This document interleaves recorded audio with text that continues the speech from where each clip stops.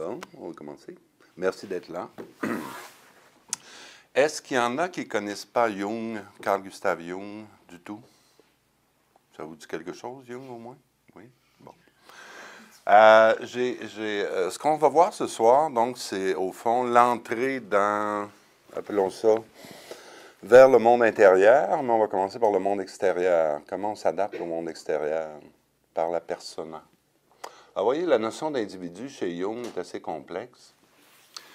On a, appelons ça la persona, donc le masque ou la façon dont on est adapté au monde extérieur, c'est relié avec la psyché collective ou la société. Si on descend par en dedans, en dessous de la persona, on va trouver l'ombre. Habituellement, on trouve l'ombre personnelle, c'est tout l'ensemble de nos défauts. Il y a une conférence là-dessus, si jamais ça vous intéresse. Là. Et il y a M. Montbarquette. Montbarquette. Oui, il s'est beaucoup occupé de ça. Ensuite, donc, on va toucher à l'inconscient personnel.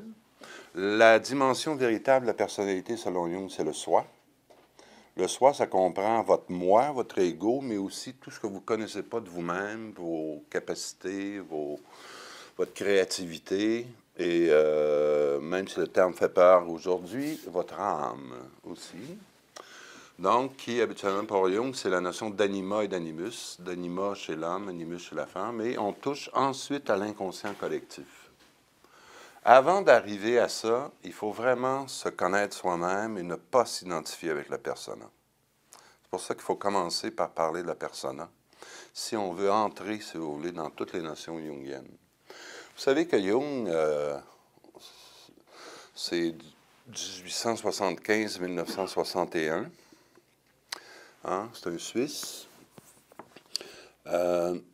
Et aujourd'hui, il y a encore des instituts jungiens à travers le monde. Il y en a à Zurich, il y en a à Los Angeles, San Francisco, Boston. Il n'y en a pas au Canada. Il n'y en a pas au Québec, il n'y en a pas au Canada. Mais il y a des analystes, dont le plus connu, qui se dit moins jungien de temps en temps, c'est Guy Corneau. Bon. Maintenant, quand on touche à ça, ça veut dire qu'on touche à une dimension invisible. Et pour beaucoup de gens, aujourd'hui, dans notre monde extraverti, c'est très difficile d'accepter qu'on a des forces invisibles en dedans et qu'on devrait s'en occuper puisqu'on ne peut pas leur toucher et qu'on ne peut pas les montrer. Sinon, quand on les montre, ça devient soit du roman ou encore, comment j'appellerais ça, une fable qu'on peut montrer peut-être, dernièrement, j'ai vu une, je sais pas où, j'ai vu à Radio-Canada, je crois, sûrement quelqu'un qui connaît Jung, parce qu'il y avait deux personnages qui tombaient en amour l'un et l'autre, une femme et un homme, et là, ils entraînaient à leur suite l'homme en eux, l'enfant intérieur en eux, le mauvais, enfin, l'animal même en eux, et ainsi de suite. Et chacun, donc, quand c'est une bonne illustration, mais ce ne sont pas des, comment je dirais ça, quand on représente ça, on représente toujours ça comme des personnages. Mais l'homme, ce n'est pas nécessairement un personnage. Si je vous dis que vous avez un problème de timidité, ça fait partie de votre ombre. Vous pouvez bien le représenter par une personne timide, mais ce n'est pas vous. Bon, OK? Donc, c'est très difficile de vendre ça aujourd'hui dans un monde extraverti parce qu'on essaie de montrer qu'il y a quelque chose donc, qui agit d'une façon invisible, ce qu'on appelait anciennement la dimension de l'âme et la dimension spirituelle. Alors, Jung a découvert qu'on n'a pas simplement un inconscient personnel. Vous savez, le début de la psychanalyse, c'est en même temps que le début de la physique, c'est en même temps que le début de l'automobile, la relativité. Donc, on découvre toutes sortes de choses au début du 20e siècle, en 1900, autour de 1900. Et on va voir avec Freud et Jung, on va voir d'autres, Adler, d'autres gens commencent à s'apercevoir que la définition qu'on avait de l'individu, de l'être humain, si on s'arrête seulement à ce qu'on connaît de soi-même, on s'arrête au moi et ce que le moi désire ou non, par exemple chez Freud. Et chez d'autres, c'est les valeurs conscientes que j'ai et que je peux définir rationnellement, d'une certaine façon. Ce que Freud va s'apercevoir, c'est qu'il y a une autre dimension qu'on va appeler le facteur X qui va agir sur le moi. Ça veut dire que si vous acceptez cette position-là, et c'est ça rentrer dans le monde de l'inconscient, vous acceptez que vous n'êtes pas maître, si vous voulez, de votre destin. Vous ne l'êtes pas encore, disons. Et vous n'êtes pas maître, si vous voulez, vous ne pouvez pas agir seulement par volonté et raison. Et comme disent certaines gens, dès qu'on veut, on a juste à vouloir, puis on peut tout, tu sais. Alors, il y a quelque chose d'un peu illusoire là-dedans lorsqu'on admet le facteur X de l'inconscient. Quand on veut quelque chose, est-ce que c'est vraiment le moi qui veut quelque chose ou c'est quelque chose en dedans de nous qui veut en se servant du moi? Prenons un exemple. Un homme, disons, très ambitieux, qui grimpe dans la société. Et justement, c'est un problème de persona. Il s'identifie à être moi-même, c'est être reconnu par les autres et devenir puissant.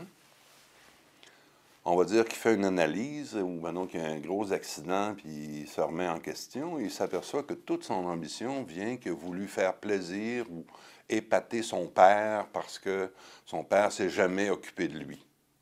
Puis là, il s'aperçoit que toutes les énergies qu'il a mis toute sa vie à croire qu'il était important, qu'il fallait être ambitieux, qu'il fallait faire de l'argent, qu'il fallait dominer les autres, que c'est complètement vide, que la seule personne qui aurait dû essayer de toucher vraiment, c'était son père.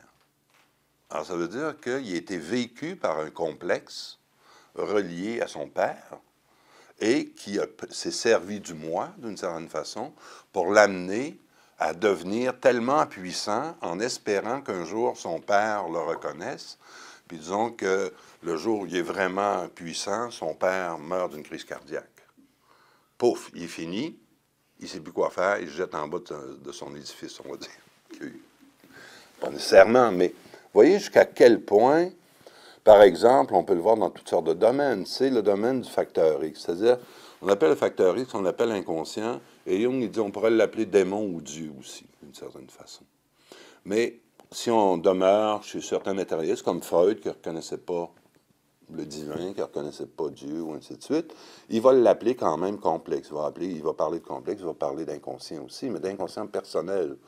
Et là, on le voit bien, pour Freud et Lacan et beaucoup de gens qui l'ont suivi, c'est toutes les relations amoureuses qui sont en jeu et comment on s'illusionne si facilement dans nos illusions amoureuses. Pourquoi? Parce qu'on projette, c'est-à-dire qu'on prend un problème personnel. On veut pas, par exemple, j'ai un problème avec ma maman.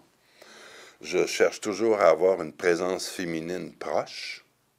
Alors là, quand je ne l'ai pas eu de ma mère, ben, mon facteur X, c'est quoi? Je ne le sais pas, ça. Je le sens, mais je ne veux pas m'occuper de ça.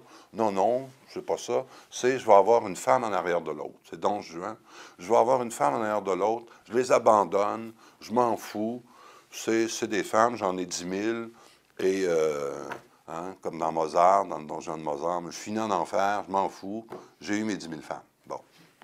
Et quand tu regardes Don Juan, s'il y avait eu un regard intérieur, donc il va toujours vers l'extérieur, il va toujours vers des femmes qui vont remplacer sa mère. Puis à chaque fois, il est déçu parce que ce n'est pas sa mère. Donc, il en prend un autre, ce n'est pas sa mère, il en prend un autre, ce n'est pas sa mère, mais ainsi de suite. Avant qu'il s'aperçoive que ce n'est pas sa mère, il aurait fallu qu'il fasse une psychanalyse. Disons que dans son temps, on n'en faisait pas. Il y a beaucoup de Don Juan aujourd'hui qui ne veulent pas en faire, justement, aussi. Parce que suivre le facteur, être vécu par ce facteur-là, X, il y a quelque chose comme d'être un peu marionnette du destin, mais certaines personnes aiment bien être marionnettes. Ils ne veulent pas prendre la responsabilité. À quoi mène l'analyse de soi, l'analyse de soi-même à partir de la psychanalyse, c'est prendre responsabilité de ses propres complexes, au lieu de les projeter sans arrêt.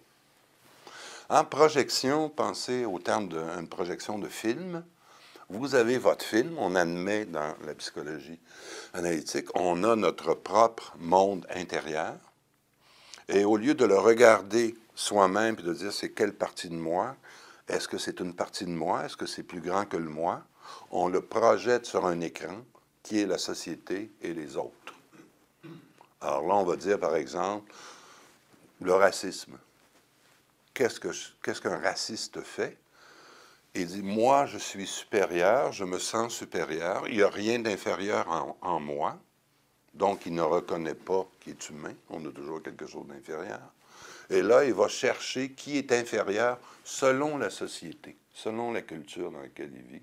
Il va dire, ah, les Noirs, ah, les Indiens, les Amérindiens, l'homme, le macho, ah, les femmes. Tu sais? Hein? Vous savez bien, ça existe encore. Il y a des gens qui vont vous prouver que les femmes sont inférieures à l'homme. Il y a des hommes, il y a des femmes qui vont vous prouver que le contraire. Mais enfin, disons que c'est moins raciste. Mais pour le racisme, c'est vraiment une projection d'une composante inférieure à l'intérieur de la personne, puis on dit c'est l'autre qui possède, qui est entièrement cette infériorité-là. Hein, vous avez facilement, on a ça, ça va loin quand on commence à croire ça, parce que vous avez toute la question des Juifs, par exemple, en Allemagne nazie, enfin, dans toute l'Europe, la Deuxième Guerre mondiale. Pensez-y jusqu'à quel point, donc, quand on dit c'est chez un individu, il y a une force avec ce que Jung appelle la psyché collective, c'est-à-dire l'ensemble des valeurs qui sont véhiculées par la société, qui sont prônées par la société. Quand vous avez donc un sentiment d'infériorité, très souvent, on va chercher, il y en a un, Girard, en France, qui a parlé beaucoup de ça, le bouc émissaire. On va tout expliquer par quelque chose en dehors de nous. Vous savez bien, au Québec, on a mis ça beaucoup sur le dos des Anglais à un moment donné. Hein? Alors, ça veut dire que ça marche automatiquement. Si on ne le reconnaît pas, si on ne fait pas attention comment nos complexes peuvent être projetés, si on ne reconnaît pas ce mécanisme-là, on va s'identifier avec les valeurs de la psyché collective. Et là, il y a un effet de contamination qui peut aller jusqu'au nazisme, par exemple, jusqu'à tout ce qu'on va trouver en dehors de mauvais.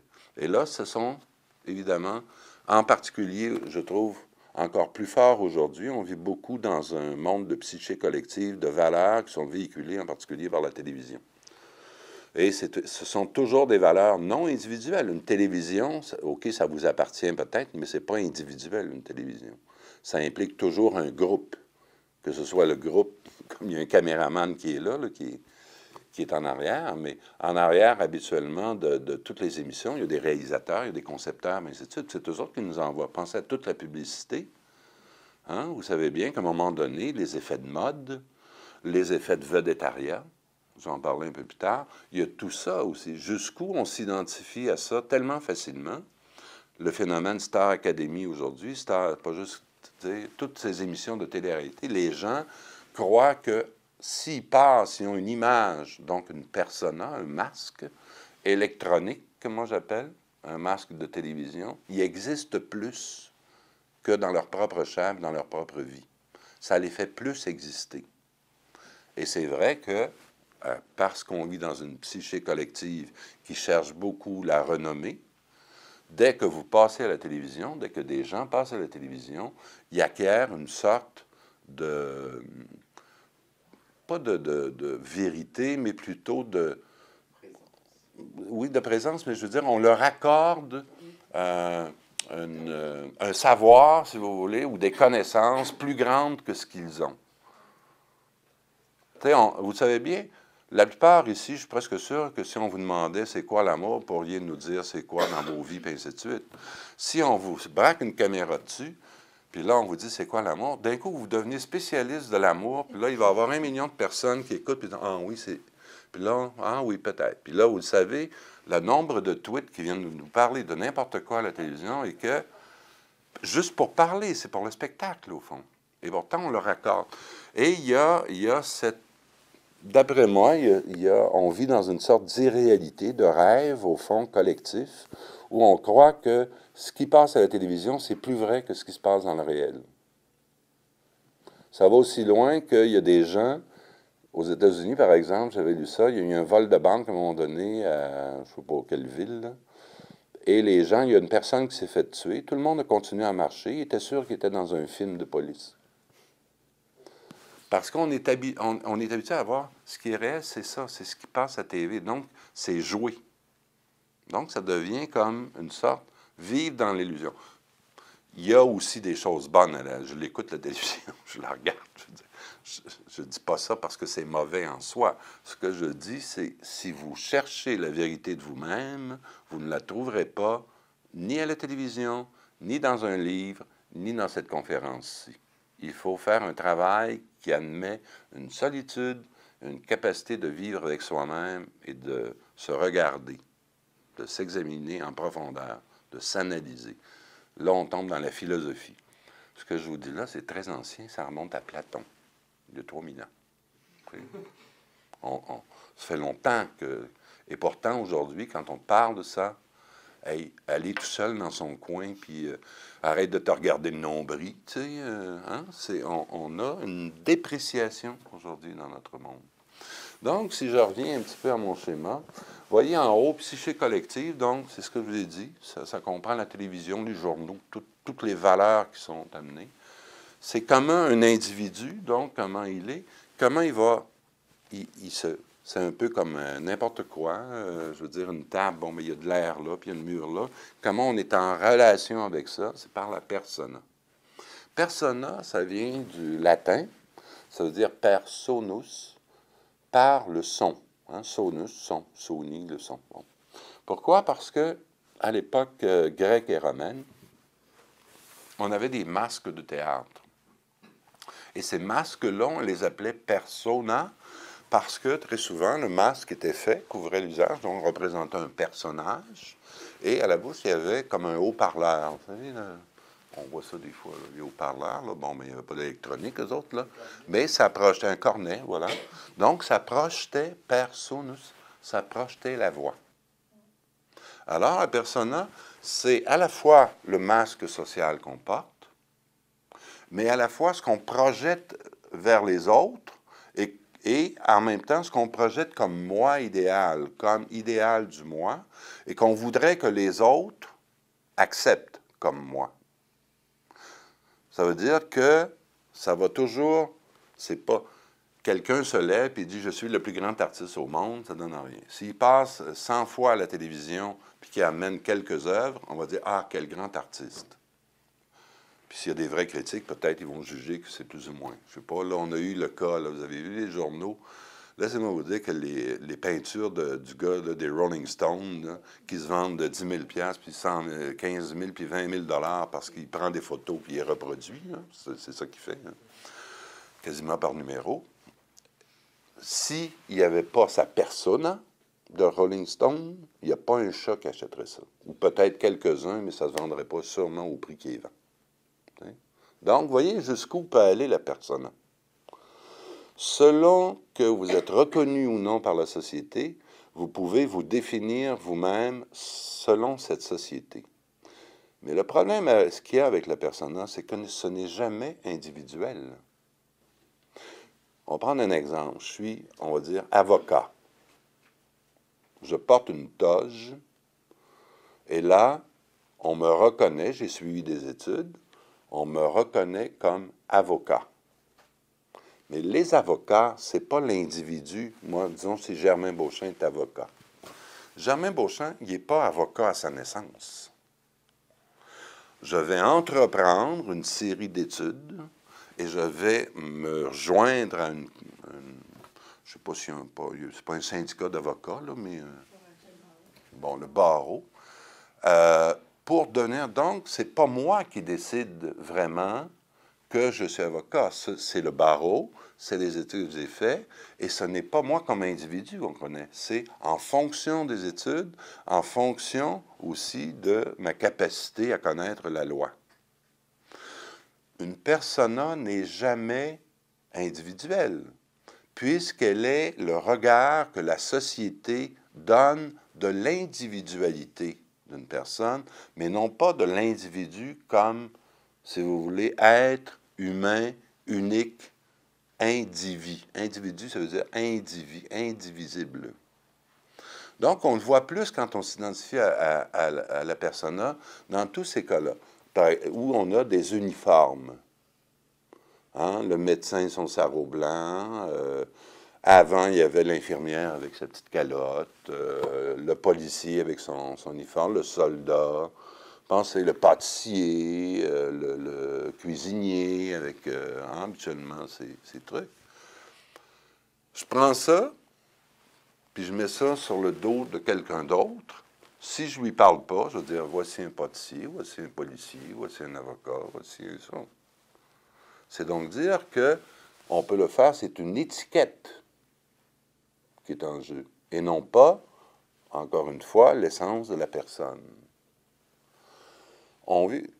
Ce n'est pas mauvais en soi. L'adaptation au monde extérieur demande qu'on ait une persona. Quand j'en ai pas, je ne suis pas reconnu par la société, ou je passe pour un pauvre, ou encore même là, on leur donne une persona.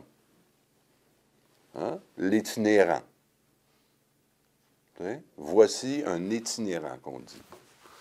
Le gars, je suis sûr que la majorité de ceux qu'on appelle des itinérants ne se présentent pas « je suis un itinérant ». Mais on a besoin de ça. C'est pas, dans ce sens-là, c'est pas mauvais, mais vous voyez comme c'est collectif, c'est ça qu'il faut retenir beaucoup. C'est collectif et il y a une énorme force là-dedans, le besoin de cohésion sociale pour reconnaître ses membres en classe.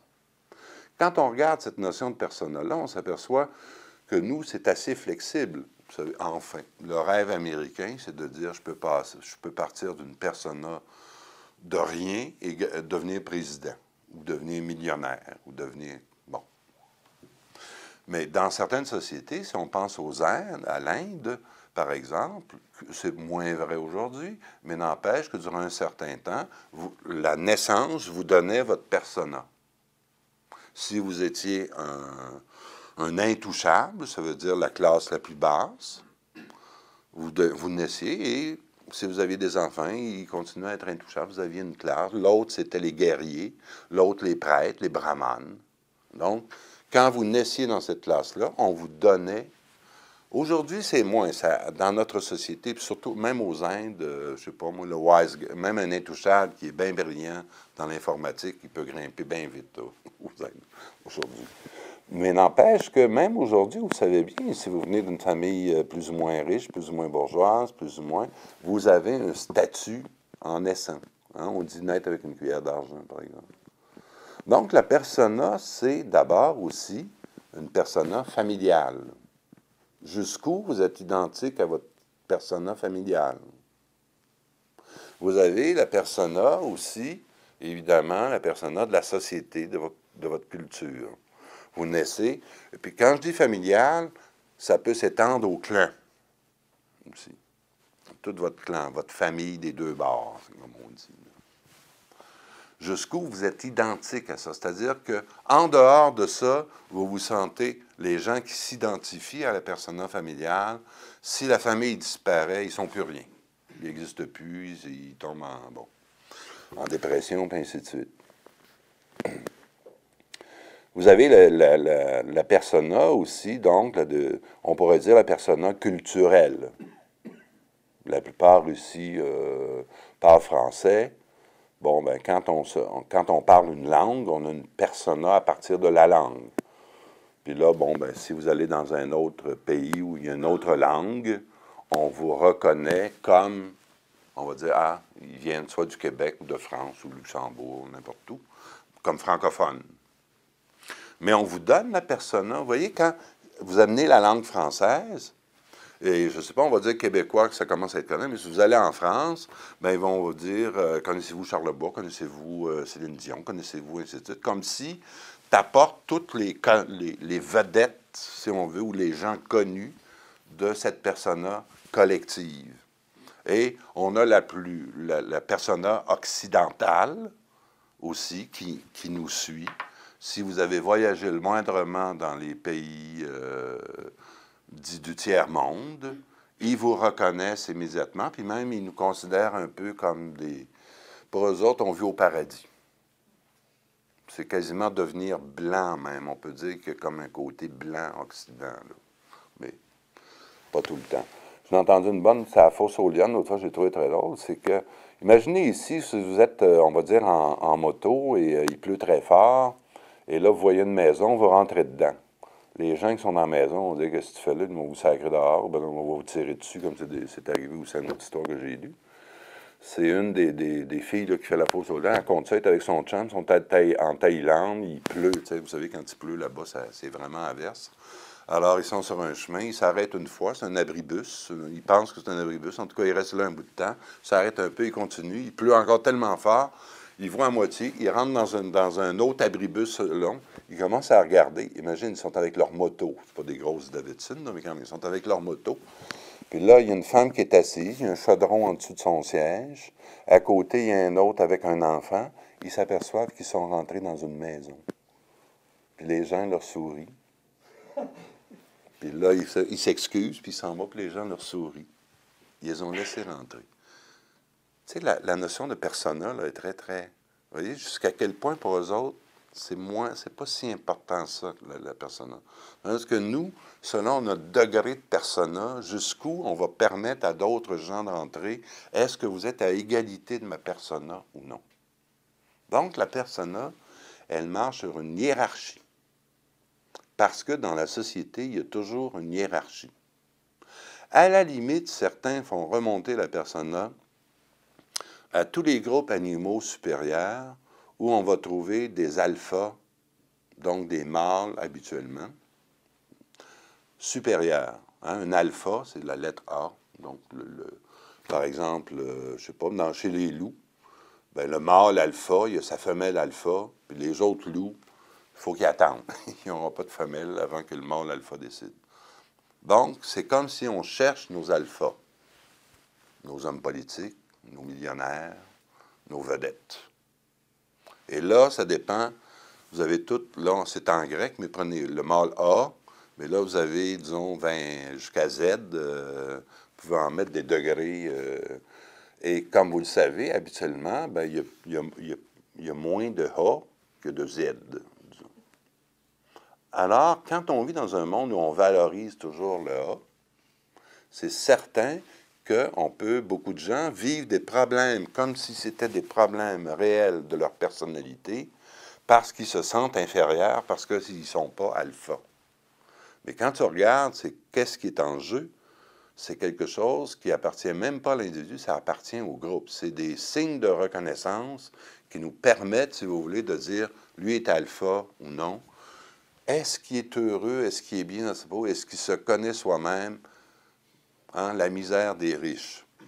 Pour eux autres, vous savez qu'ils voient autant de psychanalyse, sinon plus que les pauvres. Hein? Bon, ils peuvent les payer, disent certains. Bon. Pourquoi? Qu'est-ce que la persona va faire lorsqu'on s'identifie avec? Je donne un exemple qu'une femme a déjà dit, a déjà eu un chum, un policier, il couchait avec son gun, comme elle dit. Il s'identifiait, il était toujours police, si vous voulez. C'est, par exemple, je n'ai connu un faut dire que ça a l'air que il me dit que d'autres le faisaient, c'est un avocat. Il se promenait beaucoup en toge chez lui, parce qu'il dit qu'il faut s'habituer au mouvement de l'air. Il me dit que les jeunes avocats font ça, pour s'habituer à la toge. Je l'ai essayé une, c'est vrai que c'était... Il faut s'habituer, c'est comme... Mais on n'empêche que, donc, il s'identifie avec. S'il s'identifie encore plus, prenons le policier, on va dire, on va prendre l'exemple du policier qui s'identifie avec sa persona de policier. Ça veut dire qu'il devient la police. Il n'est plus seulement un individu au service de la police, il est la police. Ça veut dire que lui, et il y en a des policiers comme ça, donc tout ce qui est croche à ses yeux, peu importe qu'il est en service ou non, il a le droit d'intervenir, lui. Il est le justicier. Il y a des films qui se font là-dessus, il y a des séries policières qui se font là-dessus. Ça veut dire qu'à ce moment-là, qui est-il, lui, comme individu? Il devient un héros. Il se vit dans un moi idéal, héroïque, comme quoi lui va remplacer les manques, supposément, de la justice. Et il vit à ce moment-là, selon la psyché collective, qui va toujours nous présenter des héros. Quand on suit des histoires de héros, on le sait bien, et pourtant, il y a des gens qui voudraient être des héros. Toujours. Il y a Bertolt Brecht, qui est un auteur, peut-être que certains n'auront pas, mais c'est un bon communiste, très poète d'ailleurs, a dit « Malheur au peuple qui cherche des héros ». Ça veut dire, chercher un héros, ça veut dire, un individu va devenir semi-divin et va prendre la place des manques qu'il y a dans toute société, dans toute humanité. Il y en a un qui est décédé. On y croit tellement que, par exemple, aux États-Unis, on vit là-dessus. On vit sur des héros, des faux héros, puis on vit là-dessus. Il y a des gens qui croient que Rambo, c'est vrai. Que Rambo, qu'il y a des Américains, un soldat, qu'il y a des soldats américains qui peuvent partir au Vietnam, tuer 3 contingents de Vietnamiens à lui tout seul, tirer avec des mitraillettes qui tirent 3000 balles à la seconde, et qui va ramener les pauvres otages qui étaient prisonniers, supposément, des Vietnamiens. Il y a des gens qui croient que c'est vrai, ça. Ou que ce serait possible. Pourquoi ils cherchent le héros? Quand tu remontes au temps des Grecs, tu vas trouver des héros comme Hercule. C'est un autre Hercule à sa façon. Mais au moins, Hercule, il traversait des épreuves pour devenir le héros. Puis au moins, il était un vrai fils de Dieu. Tandis que Sylvester Stallone, pas sûr que c'est un fils de Dieu.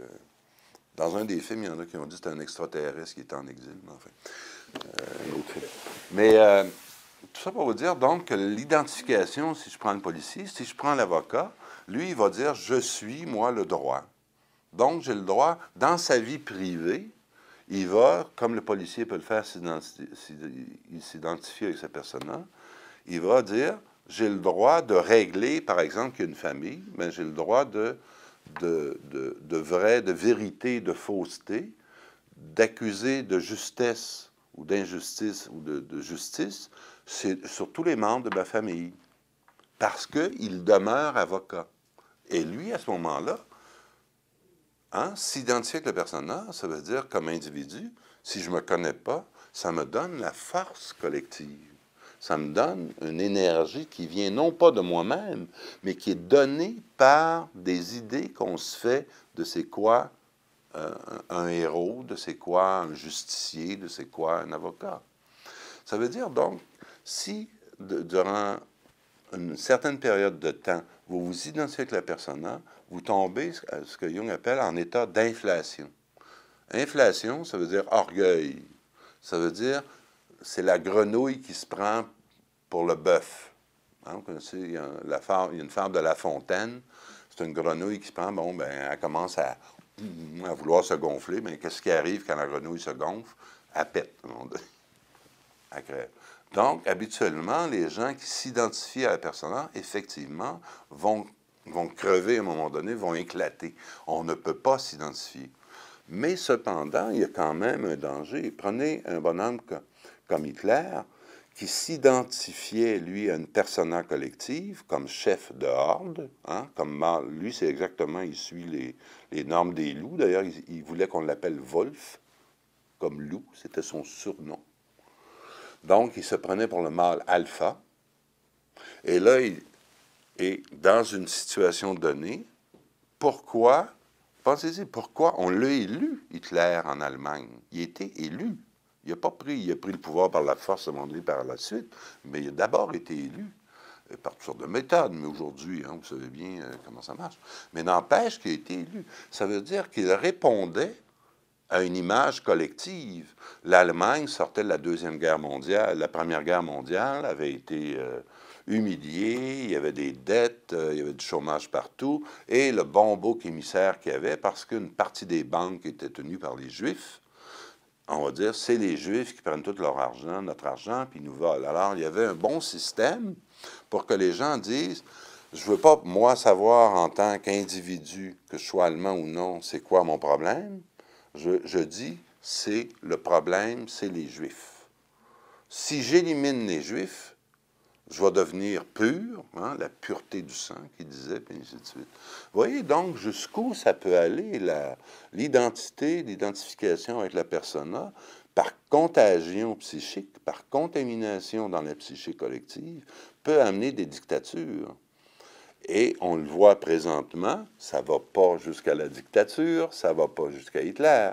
Mais vous savez bien, dans la campagne électorale, c'est pour ça qu'on trouve ça tellement plate, parce qu'on dit, c'est qui les individus qui sont là? On nous présente des personas.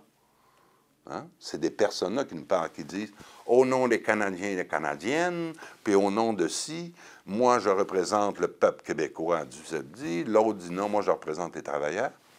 Mais l'individu Layton, l'individu, on ne sait pas si... On ne veut pas trop le savoir non plus. Il y a des journalistes qui aimeraient bien sortir des scandales. Tu sais, c'est aussi ça. Hein? La persona politique est supposée être homme qui, tu sais, il se met au service du peuple. Puis comme disent certains politiques, c'est qu'il met le peuple à son service. Bon. Mais on en arrive à ça avec le scandale des commandites. On a vu en arrière de la persona, puis là, on s'aperçoit qu'il y a de l'ombre, il y a des magouilles. Donc, qu'est-ce que ça veut dire? Ça veut dire, c'est comme, et là, on fait une enquête, puis on dit, oh, c'est effrayant. Ça fait longtemps, vous le savez bien, au Québec, qu'on dit les politiciens, dans tous les sondages, c'est qui les plus menteurs, les plus magouillards. Je veux dire, ils sont toujours en bas, ils sont en bas de je sais pas quoi, des garagistes, puis c'est incroyable quand même. Puis ça fait, si je suis presque certain que si on va sur la planète, ça va être à peu près la même chose. Tu sais. Donc, il y a quelque chose, il y a des personnes, et pourtant, ils vont affirmer sans arrêt leur persona. Vous voyez, ils parlent au nom des autres. Et ils s'identifient à un chef politique ou un politicien, c'est une persona. Et qui sacrifie même son individuation, sa capacité d'être lui-même pour son essence même. Il va dire, je suis, moi, pour les autres. Et Jung a écrit ça quelque part, il faut remercier les politiciens de sacrifier leur individuation. Il y en a qui ne savent même pas ce que ça veut dire, mais enfin, il y a dans nos sociétés en particulier, ce besoin-là d'être accepté par les autres, d'être reconnu par les autres. Jusqu'à quel point on est soi-même quand on cherche ça. Persona, ça veut dire masque. Hein? Donc, pensez aux personas qui sont masqués maintenant. Si on tourne autour du mot masque. Toute la mafia nous présente une persona qui, supposément, pour la plupart, vous savez bien, on a fait encore des films, on voit leur ombre, mais vous savez bien, ils vivent, il y en a, ils se font arrêter de temps en temps, mais habituellement, ce sont de bons catholiques, ils aiment leurs enfants, ils aiment la famille, c'est de très bonnes valeurs de la psyché collective. Mais à quelque part, eux ont leur propre valeur. Comme quoi, mentir à ce niveau-là, par rapport à leur société, c'est pas grave, puisque c'est par rapport à leur groupe qu'ils se reconnaissent. Et dans leur groupe, bien, vous avez le parrain. Il est la persona la plus importante. Il y a une hiérarchie aussi dans leur groupe. Moi, ce que je trouvais avec les Hells Angels, par exemple, je les trouvais sincères. C'est des anges de l'enfer. Ils font des mauvais coups. Ils le savent, puis ils le disent à tout le monde, puis ils se promenaient comme ça. Là, on les a empêchés, c'est pas bête, mais en même temps, il y avait quand même cette idée-là, on savait c'était qui. Même si eux autres se présentaient, nous aidons les pauvres orphelins et les familles dans le trouble. Ils l'ont fait, hein, et c'est vrai qu'ils l'ont fait en plus. Mais n'empêche que les millions qu'ils ramassaient, puis les gens qui ont tué, c'était dans leur... Mais vous voyez, il y a tout le temps une hiérarchie, puis un mâle alpha, là, un homme bouché, disons, qui est rendu, bon. Dans les prisons, c'est la même chose. On dit, voici des prisonniers, c'est la persona des prisonniers, mais dans leur groupe, eux autres aussi, ils ont leur hiérarchie, ils ont leur persona, ceux qui sont dans telle gang, dans les Noirs, les Italiens ensemble, les Hells Angels, ainsi de suite.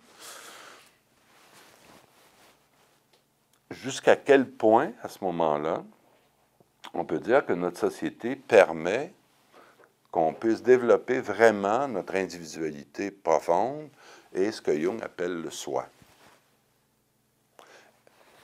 Si on s'identifie, encore une fois, si on ne cherche, si on ne met notre énergie qu'à développer la persona, on va devenir des masques. Et habituellement, quand on s'identifie à la persona, il y a quelque chose de rigide qui apparaît. Les gens deviennent rigides, c'est-à-dire qu'ils deviennent seulement ce que les autres veulent qu'ils soient. Ensuite, toute leur intériorité, et si on admet l'inconscient, c'est un monde d'instinct, c'est un monde de pulsion. Comme elles ne sont pas, on ne s'est pas adapté au monde intérieur, on s'est seulement adapté au monde extérieur, elles vont sortir d'une façon barbare, inconsciente. Alors, c'est la personne, par exemple, qui, en public, est on va dire, un homme politique supposément gentil, aimable avec tout le monde, hein, ils connaissent le nom de tout le monde, mais si vous allez dans leur famille, c'est les sautes d'humeur, les colères intempestives. Prenez Landry, il a au moins accepté de le faire, on a fait un film là-dessus. Quand vous regardez Landry, il a l'air d'un beau gros papa ou grand mononcle, gentil, rieur, puis ainsi de suite. Là, dans le film, tu le voyais. Je te dis que hein, la personne-là, quand elle saute, là, ça sent, il est en taboire très souvent, on va dire. Hein? C'est ça, l'identification. Et ces hommes-là, je prends, et ces femmes-là, qui travaillent dans ces milieux-là, c'est ça, une de leurs grandes difficultés, c'est comment se retrouver eux-mêmes. Parce qu'ils sont toujours dans le regard des autres. Il faut toujours qu'ils plaisent aux autres, habituellement. Et on a la même chose avec la persona, ceux qui s'identifient avec la persona, on va dire par exemple de télévision. Vous avez des gens, par exemple, j'ai connu la nièce d'un bonhomme, par exemple, je ne dirais pas qui travaillait à Radio-Canada durant 7 ans, qui était annonceur, faisait des nouvelles puis de l'animation. Et au bout de 7 ans, on l'a mis dehors. Ben, il était suicidé dans les toilettes de Radio-Canada.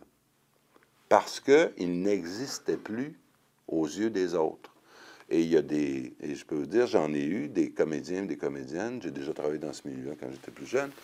Donc, ça a attiré mon œil, surtout au début, quand j'ai fait beaucoup d'analyses avec des gens de théâtre. C'était effrayant parce que ces comédiens-là et ces comédiennes-là, ils vivent en fonction, évidemment, de séduire. Puis si ça ne marche pas, bien là, ils dépriment. Puis il y en a, ça va jusqu'à la dépression très profonde.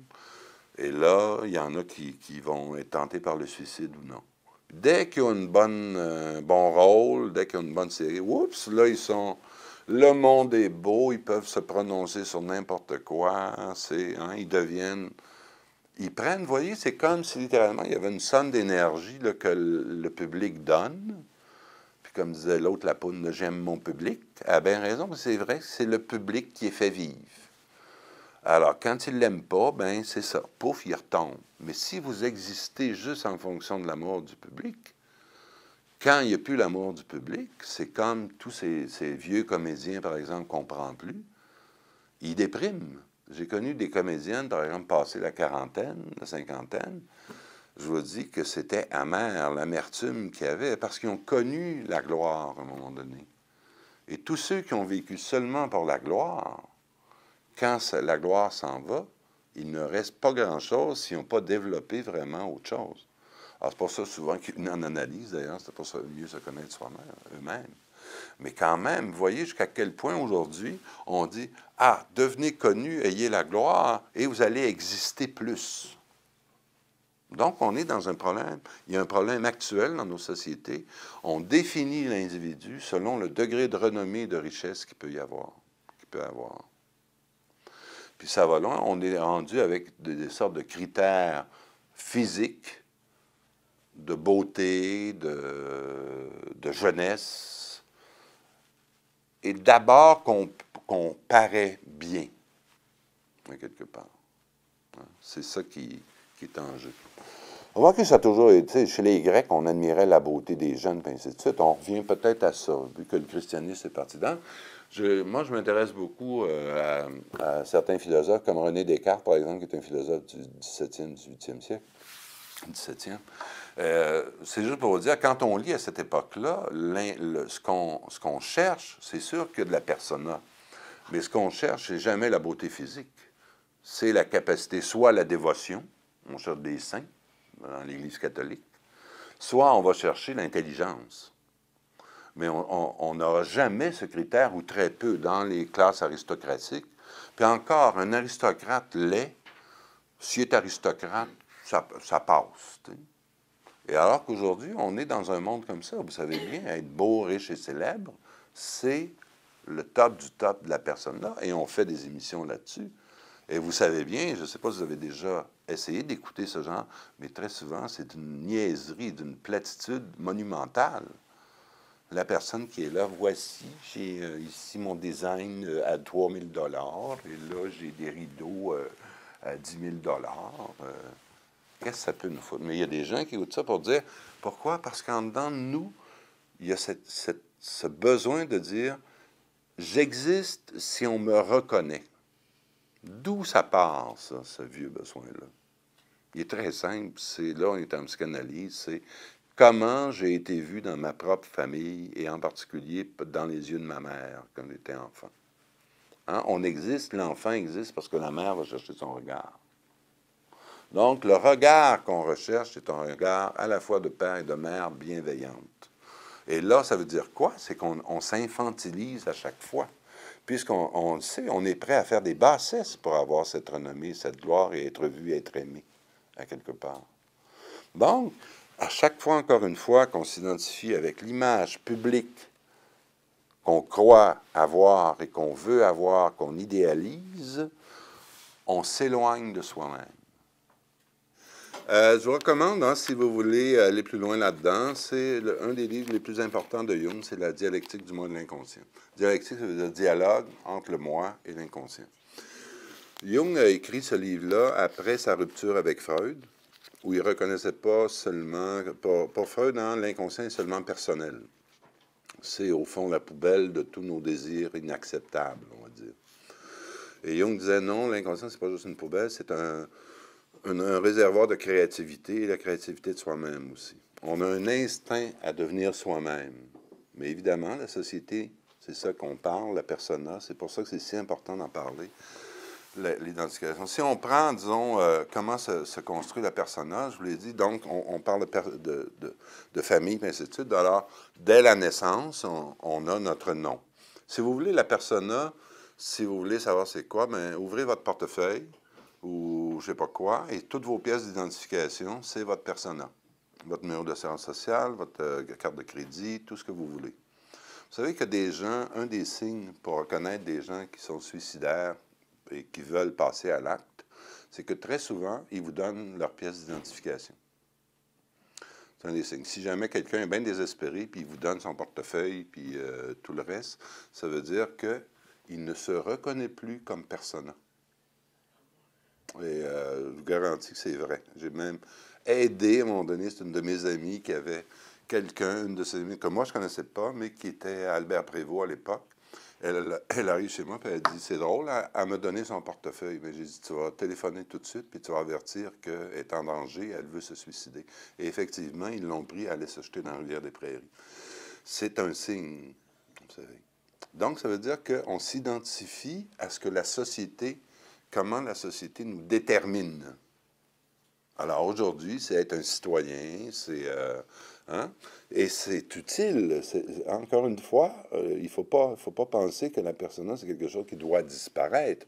Parce que quand elle disparaît, comme j'ai dit tantôt, ou bien donc on tombe dans, on va être on va tomber dans les, je dirais ça, dans l'interprétation que va faire la société de notre non-persona. On est un itinérant, un marginal, quelqu'un qui vit en dehors, et ainsi de suite. Donc, la personne-là, je l'ai vu, par exemple, chez des gens, une jeune femme qui n'arrivait jamais à travailler, avait un gros complexe père négatif, et tous les boss qu'elle avait, elle les engueulait à un moment donné, et elle perdait tous ses jobs. Donc, elle n'avait plus de travail, elle était tout le temps sur le chômage, sur le BS, et elle rêvait qu'elle était souvent au coin d'une rue, en attendant l'autobus, puis tous les autobus y passaient sous le nez. Pourquoi? Parce que c'est un véhicule collectif. Hein? Donc, quand on rêve à des véhicules collectifs, on rêve, ça veut dire qu'on fait partie de la société d'une certaine façon. Alors, donc, ça y passait toujours sous le nez. Une autre qui se faisait vivre par sa mère et qui n'arrivait pas, donc, qui avait été aux études, avait abandonné les études, mais comme sa mère, il payait tout, était rendue à 24-25 ans. Le rêve, pour moi, qui avait été le plus clair, se tenait toujours dans un café à journée longue, à niaiser, à se trouver des chums, des amants, et ainsi de suite. Et un des rêves qu'elle avait fait, je l'avais trouvé magnifique, c'était, enfin, pas pour elle, mais elle se voyait dans une chaise longue au coin de Sherbrooke-Saint-Denis, mais en plein milieu. Alors, les autos arrivaient de tous les bords de côtés. Et elle était là comme s'il était sur une plage. Alors, vous voyez, l'inconscient, il envoyait un message très fort. Tu sais, tu fais rien, tu fais juste paresser. Et, la société pourrait te broyer si tu n'y fais pas attention. Parce que dans les rêves, il y a des symboles par rapport à la personne. Ce que je voulais dire, c'est ça, c'est... Donc, dès l'enfance, on prend le nom de nos parents. C'est pas le nom qu'on a choisi. C'est pas le prénom qu'on a choisi. Donc, on est toujours déterminé par les autres. Et toute la première partie de notre vie, particulièrement, l'adaptation qu'on appelle, c'est comment on va s'adapter au monde extérieur. Aujourd'hui, ça commence dans les garderies, ça commence à maternelle, à petite école, et ainsi de suite, et jusqu'à avoir, à un moment donné, un diplôme quelconque qui va vous dire, ben c'est ça qu'on vous reconnaît comme individu. Vous êtes plombier, ou vous êtes avocat, ou vous êtes tout ce que vous voulez. Ça dépend jusqu'où on va, avec plus de renommée ou non dans la persona. Et vous voyez que certaines personas sont, selon les époques, sont beaucoup plus valorisées que d'autres. Il y a à peine 50, 60 ans, ici au Québec, ben, la persona, c'était rentre au séminaire, ici. Là. C'était plein ici. Hein? Il n'y avait pas de conférences, sinon des sermons. J'espère que vous ne prenez pas ça pour un sermon, ce que je fais. Mais on continue quand même. Mais quand même, c'était la théologie et devenir prêtre, ça donnait une très bonne persona. Ensuite, il y a eu les avocats. Et aujourd'hui, ben, HEC, ils refusent du monde. C'est l'économie. Hein? L'économiste, n'importe quoi, là, tout ce qui est en économie. Et l'informatique, là, c'est vraiment, c'est le top, ça. Bon. Donc, on nous donne ça. C'est certain qu'à ce moment-là, si on accepte que en chaque individu, il y a une force, il y a une énergie qui tend à ce qu'on devienne vraiment, comme j'ai dit, individu. Individuation, ça veut dire tu es ce que tu es et tu n'es pas ce que les autres voient de toi, mais tu te contentes. C'est pas juste se contenter. Tu peux être fier aussi de ce que tu es. Tu es à ta place dans le monde. Et c'est pas le regard des autres qui te détermine, c'est le regard que tu as sur toi. Ça veut dire, par exemple, c'est l'artiste qui choisit d'être artiste, même si on ne le reconnaît pas. Pensez à Van Gogh. Il n'a pas vendu une maudite toile de son vivant. Et pourtant, aujourd'hui, on dit, ah, c'est le peintre. Tu sais? Hein? Ces toiles se vendent 20, 30 millions. La seule toile qu'il a vendue de sa vie, je crois, c'est un cabaretier pour avoir du vin. Donc, il a dû se faire payer 3 pintes de vin, quelque chose du genre. Tu sais. Et même, il avait dit à son frère de détruire ses œuvres. Une chance qu'il ne l'a pas fait. Vous voyez, quand même, il a choisi d'être artiste. C'était plus fort que lui.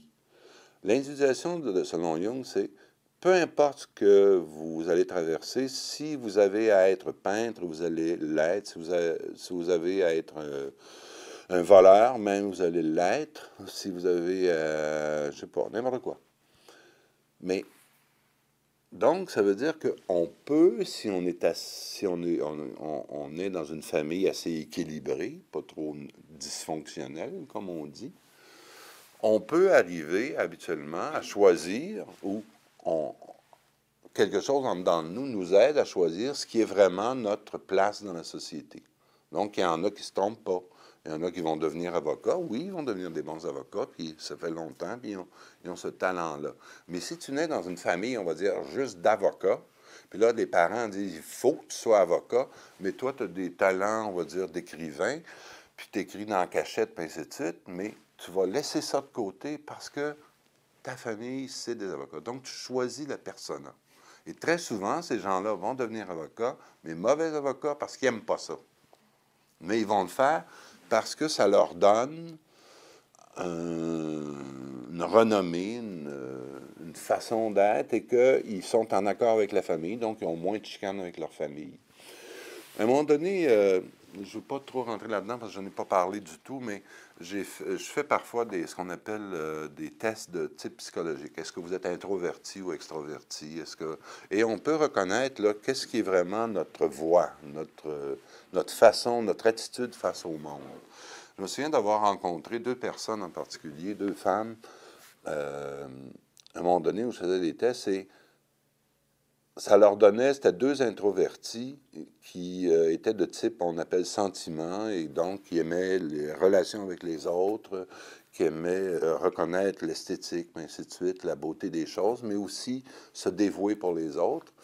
Et une travaillait en informatique, économie à Hydro-Québec, et l'autre, je me souviens plus, mais une grosse boîte à Bell, je crois.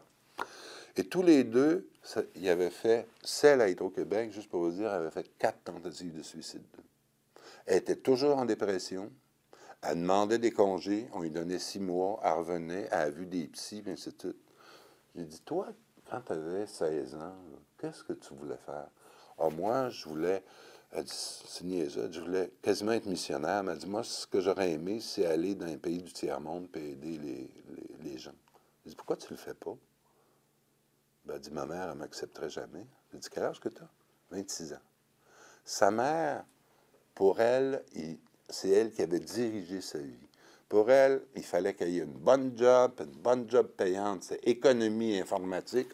Le package dit, la fille est assez intelligente, pour aller chez Alan Informatique, une grosse job, mais 4 tentatives de suicide. Je dis, qu'est-ce que t'attends? Il y a quelque chose. Mais pour elle, c'était, oui, mais si je lâche ça, ça veut dire que j'aurais plus de retraite. Là, j'étais en train de faire pour ma retraite. J'étais 26 ans. L'insécurité. La persona peut nous donner une fausse sécurité, une impression de sécurité, et on va sacrifier son essence pour cette sécurité-là. En même temps, elle, c'était aussi l'approbation de sa mère qui était en jeu. Alors, voyez jusqu'où, à un moment donné, et ça, pour avoir fait de l'analyse avec des gens, de thérapie avec des gens depuis 20 ans, je peux vous dire que j'en ai rencontré beaucoup, parce que beaucoup de gens nous arrivent et leur problème, c'est qu'ils n'aiment pas du tout la job qu'ils font, ça fait des années qu'ils sont là-dedans, ils tombent malades, ils ont des breakdowns, ils ne savent pas pourquoi.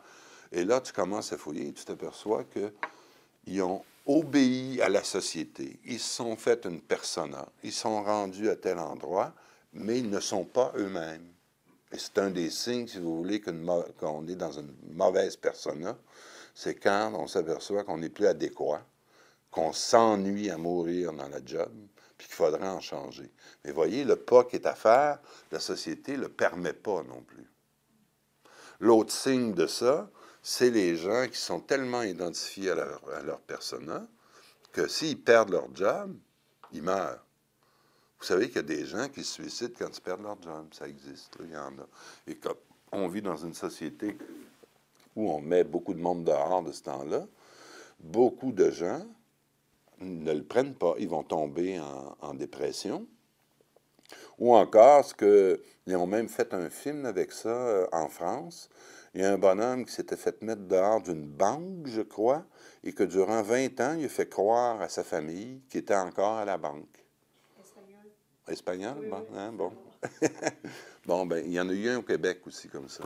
C'est-à-dire, moi, c'est ça que j'ai entendu parler. C'est un bonhomme qui connaissait.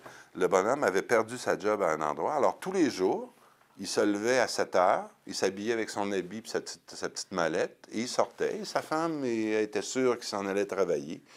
Il ne travaillait pas. Il a cherché de la job au début, il n'en a pas trouvé. Alors, tous les jours, il allait dans un café avec sa petite mallette. Puis là, il faisait des cafés différents, puis il revenait le soir. Puis là, il s'était arrangé pour recevoir de l'assurance chômage au début, puis de deux autres, dans une autre adresse, pour dire ça se pouvait pas qu'il n'y ait plus de personnel. Vous voyez? C'est aussi des gens, la persona, je l'ai dit, ça peut être le niveau de richesse qu'on a. C'est les gens qui perdent tout et qui, là, bon, ben, vont se suicider. Par exemple, l'exemple, moi, le plus frappant que j'ai vu, j'avais lu cette nouvelle-là. T'as un gars sur l'autoroute, il y a eu un jeune, d'ailleurs, de 22 ou 23 ans. Et après, on a su son histoire. Il s'était acheté sa première auto, et là, il n'y avait pas d'assurance. Alors, il y a eu un énorme accident. L'auto a été scrappée.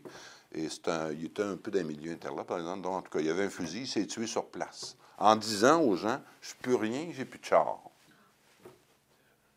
Il s'identifiait aux choses.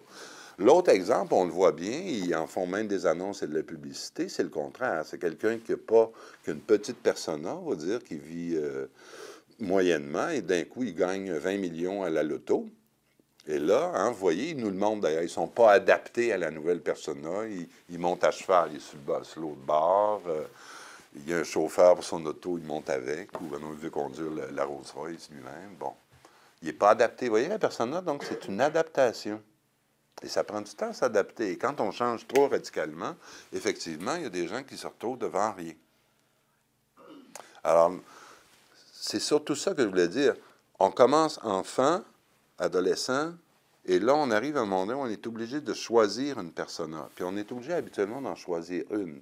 Il est assez mal vu. Il existe des gens qui ont plusieurs personas. Vous avez des gens, par exemple, je ne sais pas, moi, ils sont artistes d'un bar, ils peuvent être, on va dire, économistes de l'autre. Mais il y en a qui ont. Mais tu sais, c'est mal vu. C'est quoi? Quand on veut que ce soit unique. Hein? Là encore, on peut remonter, non pas peut-être aux animaux, mais on peut remonter au système tribal, où on avait les tatouages qui indiquaient, ben, t'es guerrier, ou ben non, une femme quand t'étais mariée ou non, les cheveux défaits, les cheveux attachés, une fleur, pas de fleur, ça veut dire tel âge. On avait donc des signes, et c'était extrêmement important dans des groupes pour savoir à quel clan t'appartiens, par exemple. Tu vas avoir tel genre de tatou ou non, de tatouage ou non. Tu sais. Puis regardez les jeunes qui n'ont pas de persona. Qu'est-ce qu'ils font? Ils se tatouent. Tu sais, ils se donnent. C'est comme une régression, à quelque part, pour se donner une persona. Il va dire, je deviens tellement visible. J'en ai vu un l'autre fois, c'était comme un Maori, j'en revenais pas. Les Maoris, eux autres, les signes de tatouage, la façon, ça veut dire tu appartiens à tel clan, tu viens de tel coin. C'est vraiment un signe. Celui-là, là, il était vraiment, là, il restait les yeux, il y avait des têtes de mort, ses joues, tout était complètement tatoué. Donc, peut-être qu'il y avait. Puis il y en a, vous le savez, ils ont tout le corps, et ainsi de suite. Et chez beaucoup de jeunes aujourd'hui, ce côté-là. Pourquoi? Parce qu'on veut sortir de l'anonymat. Il y a un côté dans la persona qui dit tu vas être reconnu comme unique aussi dans ton domaine. Mais si tout le monde est comme ça, si on uniformise les personas, à un moment donné, il faut s'en sortir. Alors, beaucoup de jeunes aujourd'hui, mais c'est les tatouages, c'est les piercings, tout ce que vous voulez. C'est une façon de dire, regardez, je suis un individu différent de ce que la société veut que je sois. Puis là, ils partent une autre mode, d'une façon. Donc, ils se conforment là au groupe de jeunes. Tu sais? Alors, on est dans ce problème-là. Et pour Jung, quand Jung commence donc à écrire avec Freud aussi, vous voulez pas, c'est le début, si vous voulez, appelons ça de la société de masse. On vit il y a tellement de monde pour dire en quoi je suis unique dans le troupeau de 6 milliards de personnes que sur la planète. Qu'est-ce que ça donne de dire que je suis unique? Pourquoi je ne suis pas comme tous les autres moutons, on va dire? Hein? Bien, habituellement, le mouton noir est toujours plus intéressant que le mouton blanc. Hein? Bon. Alors, il s'agit de savoir c'est quoi notre côté noir. Pas la station de TV, là. Mais quand même, ils marchent un peu là-dessus. Ils veulent marcher là-dessus. Mais c'est dans ce sens-là, donc, que quand on s'identifie encore une fois à la persona, on arrive à un point où on se normalise. On devient comme les autres. Et il y a une sécurité à devenir comme les autres aussi pour certaines personnes. Et on peut arriver même à ce qu'on peut appeler les êtres humains, les hommes automates. C'est-à-dire que pour eux autres, si ils peuvent avoir une job, qu'on se lève en 9 à 5, ils ont leur job steady, leur bon boss, comme dit Deschamps, ils sont contents. Pourquoi? Parce qu'ils sont comme tout le monde. Donc, ils n'ont plus de responsabilité personnelle à prendre. C'est les boss qui prennent les responsabilités. C'est les autorités qui prennent les autorités. Eux autres, ils suivent. Puis, ils se demandent comment ça se fait qu'à un moment donné, ils s'ennuient. Comment ça se fait qu'ils ne trouvent pas un sens à la vie. Ils se sont démis de leur propre responsabilité d'être humain à ce moment-là. Vous voyez jusqu'où ça peut aller, ça? Donc, l'automate. Je me souviens quand j'avais fait une conférence à Mondé il y a une dizaine d'années, à peu près, sur ce même problème-là, la persona puis l'ombre et d'autres. Puis il y a un bonhomme qui est venu me voir la semaine suivante, puis il dit, moi, j'ai toujours été le bon gars. Puis il dit, tu m'as jeté à terre. Et là, il m'a conté que pour lui, il vivait quasiment religieusement que oui, il faut se lever à 9 heures quand tu commences à travailler à 9 heures, que si tu arrives en retard, tu es un écœurant, puis tu te le fais payer à toi-même. Il vivait selon les normes de la société pour être le citoyen le plus parfait et le plus honnête possible. Alors, c'est sûr que lui, tous les pauvres, tous les BS, tous les gens, c'était de la merde, c'était tous des gens que si tu veux être vraiment, vraiment bien, tu es bien selon les critères de ta société. Puis comme j'ai dit, si tu vivais dans une société de cannibales, tu mangerais aussi des humains. Là, ben oui, probablement que lui mangerait des humains, parce que tout le monde mange de l'humain, mais je vais manger aussi. Vous voyez comment on peut arriver avec la personne à s'identifier avec ce que la société dit qu'on est, qu'on n'est pas du tout. Donc, le fond, à quelque part, c'est pas un mensonge, c'est, encore une fois, c'est cette projection-là qui est si puissante. Donc, l'automate. L'autre, je vous en ai parlé un petit peu tantôt. Moi, j'appelle ça vivre dans le regard des autres. Il y a un très beau un terme de Shakespeare qui dit Fortune in men's eyes. La fortune dans les yeux des hommes. Tu cherches, you search the fortune in men's eyes. Il y a un personnage qui dit ça. Là. Tu cherches la fortune dans les yeux des autres. Tu cherches ta réalité, ce que tu es vraiment, dans les yeux des autres. Si on admet qu'il y a de l'inconscient, si on admet qu'il y a des complexes, tu ne pourras jamais trouver dans les yeux des autres quelque chose, parce que l'autre aussi, il se cherche à travers toi. Donc, ça peut marcher seulement si on s'illusionne réciproquement. Si tu dis, oui, joue-moi, accepte que je joue une illusion, puis moi, je vais accepter que tu joues une illusion, ça marche. Mais dès qu'on embarque dans la vérité et dire, je veux te connaître véritablement, ça ne marche plus. En couple, on peut faire ça. Il y a des gens, par exemple, qui cherchent l'homme idéal. On va dire les femmes qui cherchent l'homme idéal. Si vous trouviez l'homme idéal, ça ne pourrait jamais marcher parce que vous cherchez quelque chose de collectif. Vous ne cherchez pas un individu. Vous cherchez un être que vous définissez par des normes collectives. T'sais? Et c'est ça qu'il y a aujourd'hui. Il y a beaucoup de recherches de couples qui se font et les gens, ils disent, bien, après 2 semaines, il n'est plus comme je pensais qu'il était. Ben oui, mais pourquoi? Parce que tu ne cherchais pas, tu t'attendais pas de voir un individu. Tu t'attendais à voir une image que tu t'es forgée dans la tête en fonction de normes collectives. Tu vas trouver. Et donc, oui, il pourrait répondre je ne sais pas, ces personnes-là peut-être vont trouver d'autres personnes qui jouent à ça, qui jouent à être dans les normes. Puis d'un coup, hein, comme on le dit, ben, après un certain temps, ils s'aperçoivent qu'ils ne sont pas comme ça. Oups, ils sont autrement. Alors qu'au début, ils sont gentils, puis ainsi de suite, ou gentils, tout ce que vous voulez. Alors, jusqu'à quel point, donc, si on ne se connaît pas soi-même, puis si on se connaît seulement par rapport à ce qu'on pense que les autres connaissent de nous, jusqu'à quel point on se met le doigt dans l'œil.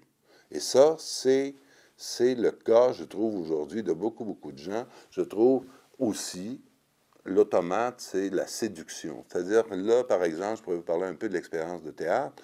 J'ai vu, moi, des comédiens, par exemple, me raconter jusqu'à quel point ils pouvaient être malheureux à cause de problèmes d'enfance, et ainsi de suite, mais que c'était interdit de le montrer aux gens parce que dans ce milieu-là, il faut tout le temps que tu sois au bout, que tu sois un créateur et que tu aimes faire. Alors là, ils se ramassent avec leurs problèmes, puis ils sont toujours, surtout avec les spectateurs, les gens qui les admirent, ils se ramassent avec leurs problèmes, puis ils n'ont pas le droit d'en parler.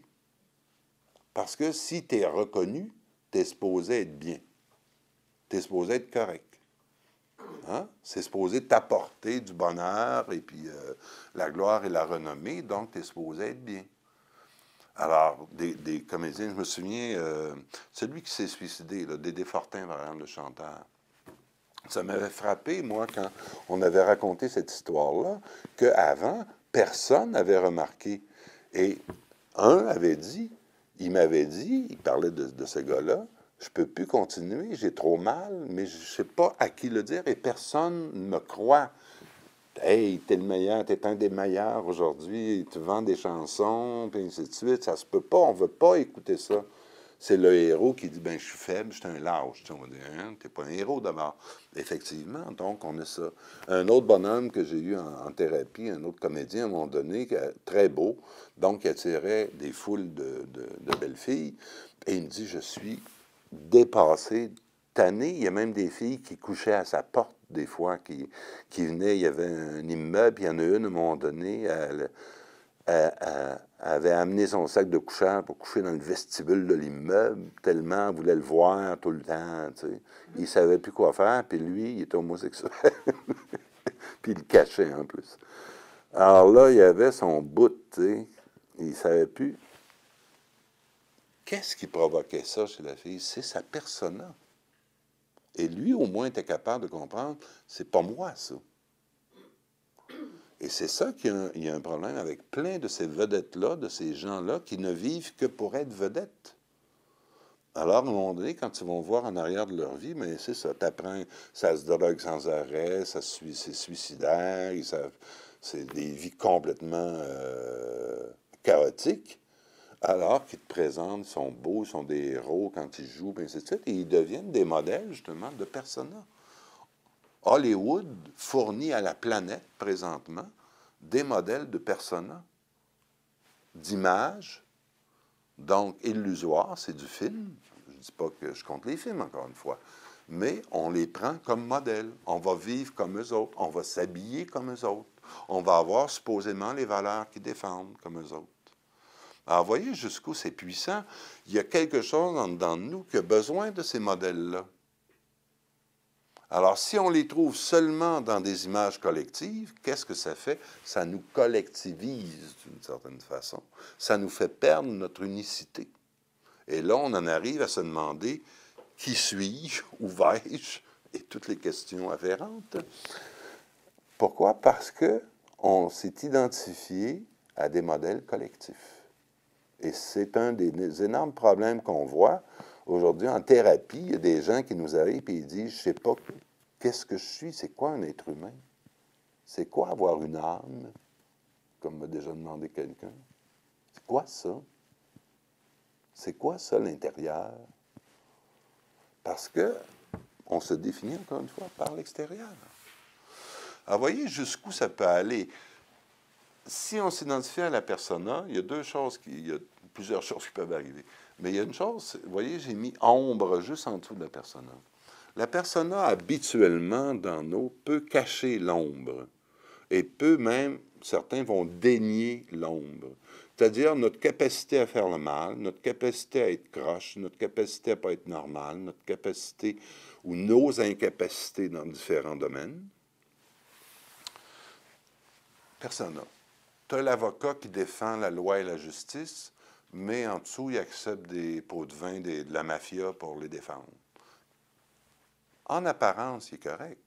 Mais lui, il commence à avoir un problème moral. Jusqu'où son problème moral va le renvoyer à lui-même.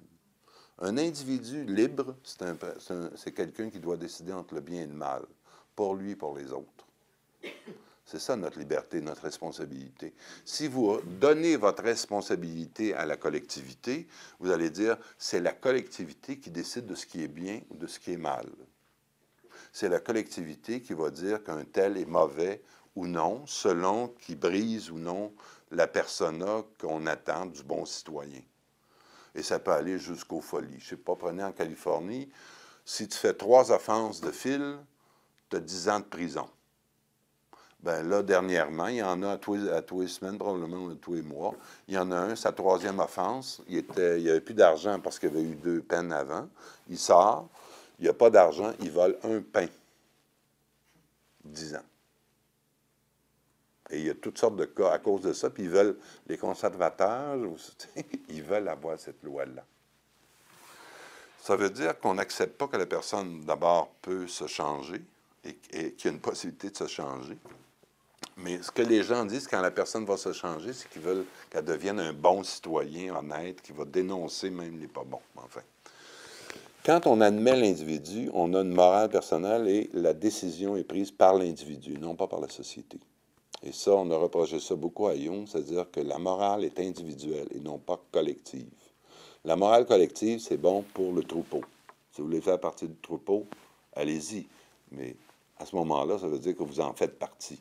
Donc, vous ne pouvez pas tendre ou prétendre qu'on s'occupe pas, que vous ne occupez pas de vous, puis que la vie est vide. C'est la vie du troupeau. Je veux dire, on vit dedans. L'autre affaire, c'est la persona, donc l'ombre.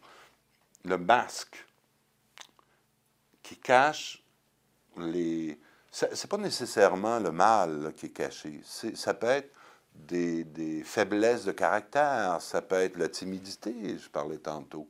Il y a des gens qui sont très, très connus, qui sont très timides. Là aussi, je vous l'ai dit, en milieu de théâtre et que j'ai vécu avec des comédiens, il y a des gens qui sont d'une timidité extrême. Mais quand ils embarquent sur une scène, ils peuvent jouer des rôles. Ce que je trouve, c'est qu'aujourd'hui, cette habitude, donc, d'être capable de jouer des personas, au fond, de jouer des rôles dans la société, on semble de dire, ben voici, c'est ça, un des summums, je parlais des économistes, mais les comédiens, les acteurs deviennent des sortes de modèles parce qu'ils sont capables de passer d'un rôle à l'autre.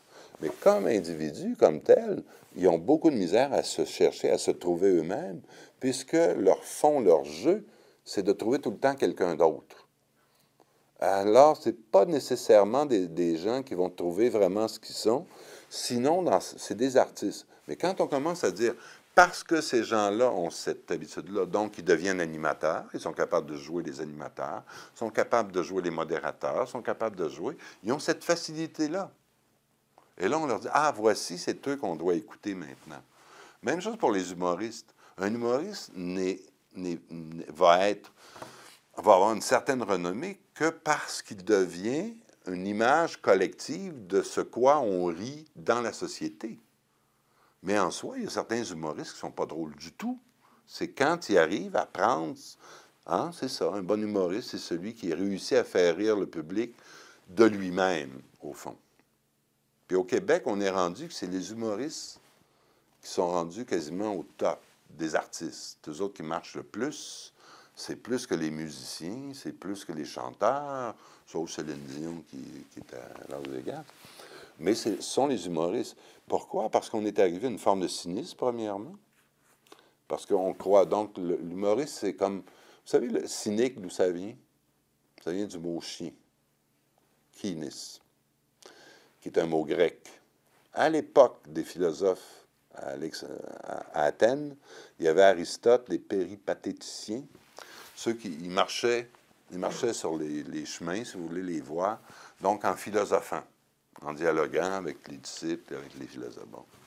Les cyniques, c'était un genre de philosophie qui disait « ça donne rien de philosopher, il n'y a pas de valeur, tout est égal, au fond, on est juste comme des chiens. » Alors, ils se mettaient le long de la voie, puis ils pissaient devant les philosophes qui passaient. Comme des chiens, ils lèvent la patte. Alors, on les a appelés les cyniques. C'est pas juste ça, il y en a eu, ils ont eu même une philosophie. Il y a des philosophes célèbres cyniques qui étaient assez intelligents. Mais en gros, on les a nommés comme ça. Et je trouve que beaucoup d'humoristes aujourd'hui sont des cyniques. Ils lèvent la patte, et on trouve ça très drôle. Ils se moquent de tout, n'importe quoi. Allons-y. Il y a une persona, ils peuvent être célèbres, et on rit. Pourquoi? Parce qu'on les identifie à une persona, à quelque chose de collectif. On croit que ce qui, eux autres, nous font rire, c'est ce que toute la société croit de ces valeurs-là qu'on doit mettre en cause. Alors, d'une certaine façon, ça sape les valeurs. Si un humoriste se présentait en politique, peut-être qu'il gagnerait, mais lui, il se trouverait plate longtemps parce que c'était un peu ennuyant, la politique. Il ne rirait pas tout le temps, disons. Mais n'empêche que certains humoristes pourraient se présenter présentement et gagneraient. Vous savez, on a voulu même aller chercher Nathalie Simard dernièrement, qui sort d'un inceste, puis le Parti conservateur, il a offert un comté. Comment on peut penser qu'elle peut devenir députée, je ne sais pas, tu sais, mais enfin, c'est aussi l'image collective. Vous voyez, encore, c'est la persona qui joue. Hein? C'est ça qui joue. L'autre, c'est à peu près la même chose. Mais disons que l'ombre, c'est pas toujours mauvais. L'ombre, ça peut être des potentiels qu'on a qui n'ont pas été développés. Alors, ils sont bruts, ils sont rough, comme on dit. Et, par exemple, ça peut être quelqu'un qui a des dons artistiques, mais parce que, comme je disais tantôt, la famille, la société a dit, il ne les a jamais développés. Pourtant, s'il fait de la peinture, on sent qu'il y a un don, mais ça va être rough, ça va. Alors que si, moi j'en ai vu, j'ai eu une femme, par exemple, disons, tiens, on va compter un cas de persona comme ça, une femme qui travaille pour qui travaillait pour des dentistes, dont la job consistait à aller porter les dentiers aux gens, tu sais, quand en denturologie. Là, bon. Laissez-moi vous dire qu'elle haïssait sa job. Elle avait toujours eu un don pour le dessin, tout le temps. Quand elle est arrivée en thérapie, c'était le désespoir, cette maudite job-là. Elle connaissait le dentiste, elle était bien payée. J'ai dit, pourquoi tu fais pas des cours du soir en dessin? Ah, c'est pas assez. Finalement, à force d'en discuter, je l'ai décidé à aller à Concordia en arts plastiques. Et ça a pris, dans les rêves, le monde s'écroulait. Des façades s'écroulaient. Tiens, je vais en profiter. Dans les rêves, la persona est souvent représentée par la façade d'une maison, par une automobile de luxe ou non. Quel genre d'auto? Ça peut être représenté beaucoup par les vêtements. Remarquez, là, comme j'ai déjà dit, peut-être un peu macho, mais les femmes, ils magasinent les vêtements autant dans leurs rêves qu'en réalité. C'est assez étonnant, là. Ou non. Mais on le voit chez les hommes quand même. Hein? Le vêtement, c'est la façon comment, là aussi, la persona, que ce soit au Moyen Âge ou à la Renaissance, quand vous regardez des tableaux de cette époque-là, vous savez immédiatement la classe sociale des gens, hein, selon les vêtements qu'ils portent. Et vous savez, quand la Renaissance, au Moyen Âge, quand je dis ça, c'est 16e, 17e, 18e siècle, un pauvre, un manant, n'a pas le droit de porter un vêtement de riche. Il peut se faire pendre ou décapiter dans certains coins d'Europe parce qu'il a revêtu une fausse persona. Et c'était très, très mal vu qu'un riche fasse le contraire, à moins qu'il rentre en religion. Là, tu as différent. Bon. Mais on s'identifie donc, l'inconscient, qui est un peu conservateur, je dirais, par certains côtés, va souvent nous présenter ça. Quand vous commencez à chercher des vêtements en rêve, quand vous changez, vous rentrez dans un magasin, puis vous cherchez un vêtement, quand vous cherchez un vêtement à la maison, ainsi de suite, il y a un problème de persona probablement en jeu. Est-ce que le travail, la fonction dans laquelle vous êtes, vous plaît ou non? Si vous êtes en train d'en changer en rêve. Plus grave que ça, c'est quand on voit justement, j'ai vu ça par exemple chez cette jeune femme-là dont je vous parlais, à un moment donné, elle rentre chez elle et toute la façade s'effondre au complet. Un autre, c'est toute la maison qui s'est effondrée. Très souvent, la maison va représenter la personnalité en entier. Hein. Donc, les pièces vont représenter différents aspects de la personnalité, mais très souvent, la façade, hein, quand on dit être la façade, bon. Alors, c'est ça. Alors, c'est soit qu'elle s'effondre, ou encore, moi, j'ai vu des fenêtres, c'est là, s'agrandir. Ça veut dire que la façade, donc les fenêtres étaient trop petites, donc on voit, l'autre était comme caché dans sa maison. Puis il voyait mal dehors, là, les vitres c'est assez, pas tout le temps, mais habituellement, symboliquement, quand il y a des grandes vitres, ça veut dire on voit du dehors. Le dehors, puis le dedans communique intérieur, extérieur. Quand on est trop renfermé, mais ça veut dire, là, il y a le cas je vous parlais tantôt, être vagabond, pas avoir de persona. Il y en a que c'est une peur tellement grande que, comme l'inconscient nous confronte souvent avec nos peurs, ben, ils vont rêver souvent qu'ils sont vagabonds, qu'ils sont itinérants, puis ainsi de suite. J'ai connu un bonhomme, c'est ça qui était en analyse. Lui, il a 3 diplômes. Un en histoire, un en économie, puis l'autre, je ne sais pas quoi. Il a déjà travaillé avec des politiciens, puis ainsi de suite. Mais lui, sa peur, c'était de ne pas avoir d'argent, puis Fait que là, à un moment donné, il y a eu 2 divorces, ça lui a coûté je ne sais pas combien, puis là, il s'est ramassé dans une job et malheureusement, il a perdu sa job. Et là, vous auriez dû voir les rêves. Là, il était rendu l'itinérant, là. Il cherchait sa maison, elle était brûlée, il n'y avait plus de maison. Il cherchait une bicyclette, il y avait toujours eu une auto, puis là, dans le reste, une vieille bicyclette, puis là, il voulait trouver une auto absolument, puis là, on lui disait, il allait dans une banque, il n'y avait plus d'argent. Toute sa peur de perdre la personne. Et là, on a commencé à travailler là-dessus. C'était quoi cette peur-là? D'où ça venait? Ça venait en partie de la peur qu'il y avait eu dans sa famille, mais en tout cas, je ne rentrerai pas dans les détails. Mais voyez jusqu'à quel point le rêve, il va vous le dire. Est-ce que vous identifiez ou non avec la personne-là? Par exemple, des rêves où on n'a pas de vêtements. C'est un des thèmes, par exemple. On s'identifie tellement avec la... Vous êtes un peu tard à la conférence. Mais, par exemple, hein, les rêves d'être tout nu ou à moitié nu, ça veut dire qu'habituellement, pas tout le temps, il y a 2 choses avec ça. Ça peut être, on n'a pas de persona, on l'a perdu, ou encore, les gens nous regardent sans persona, c'est qu'on est mis à nu face. Tu te retrouves dans une soirée en rêve, disons, puis tout le monde est bien habillé, puis toi, tu es en haillon ou en moitié nu. Alors, il y a quelque chose qui n'est pas adéquat. Ta persona n'est pas adéquate à ce milieu-là. Parfois, ça peut être mise à nu, ça veut dire, oui, il faut que tu te dépouilles, il faut que tu te mettes à nu. Donc, c'est pas toujours mauvais, là, comme tel. Mais voyez jusqu'où ça peut aller. L'affaire des autos, ben c'est ça. Ça peut être la couleur de l'auto, ça peut être les calandres, ça peut être les ornements, puis ainsi de suite. La persona, c'est de l'ornementation, par exemple. J'ai vu quelqu'un qui, justement, était comme ça, marchait tout le temps avec une grosse auto dans ses rêves, plein de chrome, puis comme les années 60, 50, je ne sais pas trop, là. Et et dans sa vie, c'était le genre à porter des bracelets, des trucs, tu sais, vraiment de... Tu sais, comme il y en a, hein, tes rencontres, on dirait qu'ils ont une bijouterie sur le corps, là, tu sais. Et c'est leur façon de dire, regarde, je suis sorti de mon monde, hein. Pas pour être raciste, mais les joueurs de baseball de couleur, très souvent, ont cette manie-là. C'est comme de dire, je suis rendu riche maintenant, je suis plus un trou de cul, là, je ne viens plus d'infos. J'ai de l'argent. Alors, ils le montrent n'importe quand. Ils ont leur chaîne en or, même des diamants aux oreilles. Alors, donc, on peut s'identifier, il y a des signes. Alors, en rêve, très souvent, c'est ça. Ça va. Parfois aussi, ce que j'ai remarqué en rêve par rapport à la persona, c'est les animaux. Je ne sais pas jusqu'à quel point, quand on s'identifie à la persona, on devient à côté de ses instincts, mais quand il y a trop d'animaux en rêve qui viennent nous chercher, ça veut dire que vous êtes plus sur Terre, là, vous faites plus partie de l'humanité, vous faites plus partie des vivants. Alors là, on va être attaqué par des animaux. C'est pas toujours en relation avec la persona, mais parfois ça l'est aussi.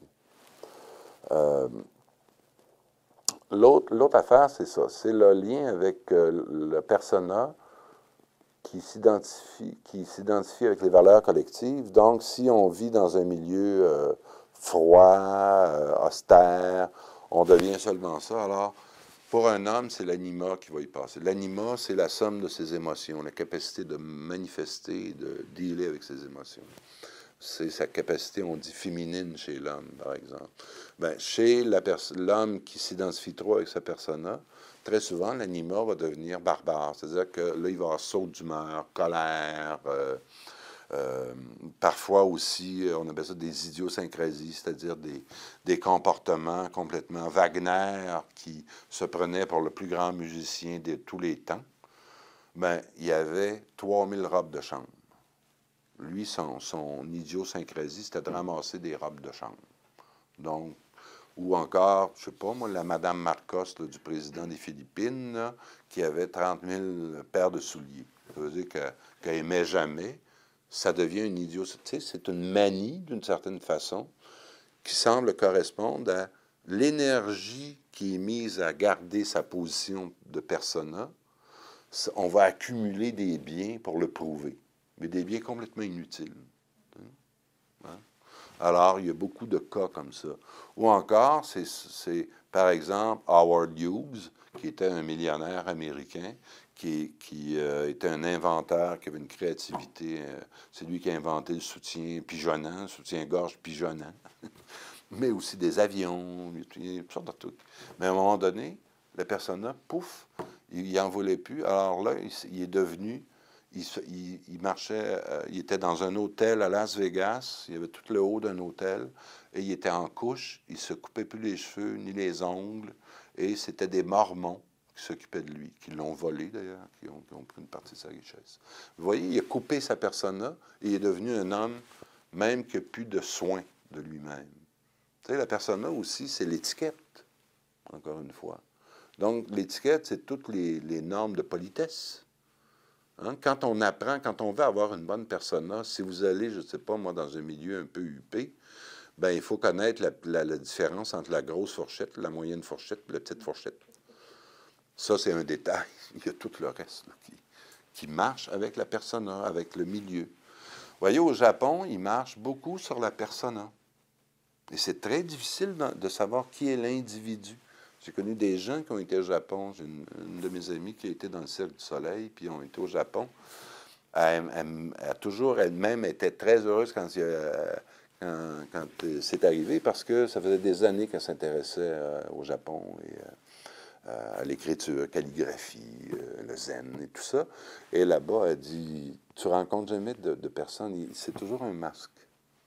Pour eux autres, un étranger, tu es un gadjin, comme il dit, il appelle ça gadjin, l'étranger. Et tu ne rentres pas parce que tu n'as pas les codes de politesse et de rencontre qu'eux ont. Pour eux autres, on est toujours des barbares qui nous mettons les pieds dans les plats. Pour eux autres, c'est comme... Mais ils sont toujours polis. Là-bas, elle dit, sauf peut-être à Tokyo, hein, tu vas, par exemple, il était, pas à Tokyo, la ville, en tout cas, où il y a le Cirque du Soleil au Japon, je ne sais pas s'ils sont encore là, Kyoto. Et il y a un bonhomme, à un moment donné, qui avait l'argent pour payer les aides. Il a perdu son portefeuille, il devait avoir à peu près 30 000 dedans. Ça a pris 2 heures, on est venu lui reporter. Tu perds quelque chose, on te le rapporte. Il y a pas, pour eux autres, c'est perdre la face. La persona est tellement puissante. Donc, on peut bâtir des cultures sur la persona. Mais qu'est-ce que ça fait? C'est qui est l'individu? Les femmes japonaises pleurent en arrière. Guy Corneau a été au Japon à un moment donné. Il me contait ça à un moment donné. Il est au Japon, puis il dit, j'avais des salles, il y avait juste des femmes. Les hommes ne viennent pas, n'ont pas de problème psychologique. Ça se peut pas. Donc, c'est des femmes qui viennent. Et les femmes en pleurent. Oui, c'est vrai, le fils manquant, puis tout ça, là, tu sais. Puis eux autres, c'est ça, ils ne peuvent pas parler avec leur mari, surtout parce qu'eux autres vivent dans une... Tu rentres dans une société, mais tu rentres dans une hiérarchie. Puis là, c'est est-ce que l'alpha est en haut et toi, où est ta place? Et peu importe tes sentiments personnels, on ne s'occupe pas de l'individu.